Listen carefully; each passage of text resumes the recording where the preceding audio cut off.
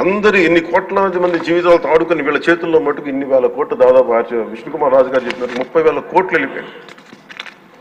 18,000 కోట్లు ముందస్తుగా తెలుస్తుంది కానీ ఇంకా లోతుగా చూస్తే అది చాలా పెద్ద ఇది స్కామ్, ఇది దోపిడీ.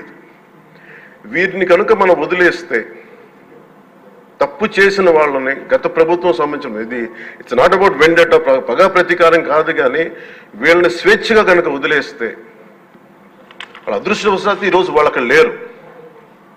వాళ్ళు కనుక ఉండుంటే వాళ్ళకి నిజంగా వాళ్ళకి సమాధానం చెప్పాల్సిన పరిస్థితి ఉండేది. తప్పించుకొని పారిపోయారు వాళ్ళు ఈరోజు, తప్పించుకొని పారిపోయారు వాళ్ళు. We have to make them accountable అధ్యక్ష. వాళ్ళు we have to bring them into accountability. They have to be penalised.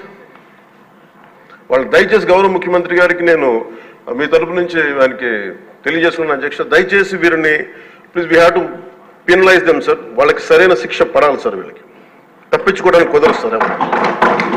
ఏదంటే రేపు పొద్దున ఒక ట్రాఫిక్ కానిస్టేబుల్కి బలం ఇవ్వాలి అంటే ఆపగలమంటే వాళ్ళు ఏమంటారు సార్ లోపల? నేను చిన్నపాటి కానిస్టేబుల్ని అయితే నాకేమనిపిస్తుంది, మీరు పెద్దోళ్ళు అయితే వదిలేస్తారు, మమ్మల్ని అయితే పట్టుకుంటారంటారు సార్. మనకు రూలింగ్కి, గవర్నెన్స్కి, అడ్మినిస్ట్రేషన్కి నైతిక బలం పోదు అధ్యక్ష. ఐ రిక్వెస్ట్ యూ, నేను మిమ్మల్ని ఉద్దేశించి అందరినీ హౌస్ మెంబర్స్ గౌరవ సభ్యులందరినీ గౌరవ ముఖ్యమంత్రి గారిని అడుగుతున్నాను అధ్యక్ష మీ ద్వారా. They have to be punished and they have to be penalised whoever they are. ఇది వెండెట్టా పగ ప్రతీకారాలతో కాదు, కానీ we promised that we will bring back accountability. We promise we will give a clean and clear governance. We have to live up to it.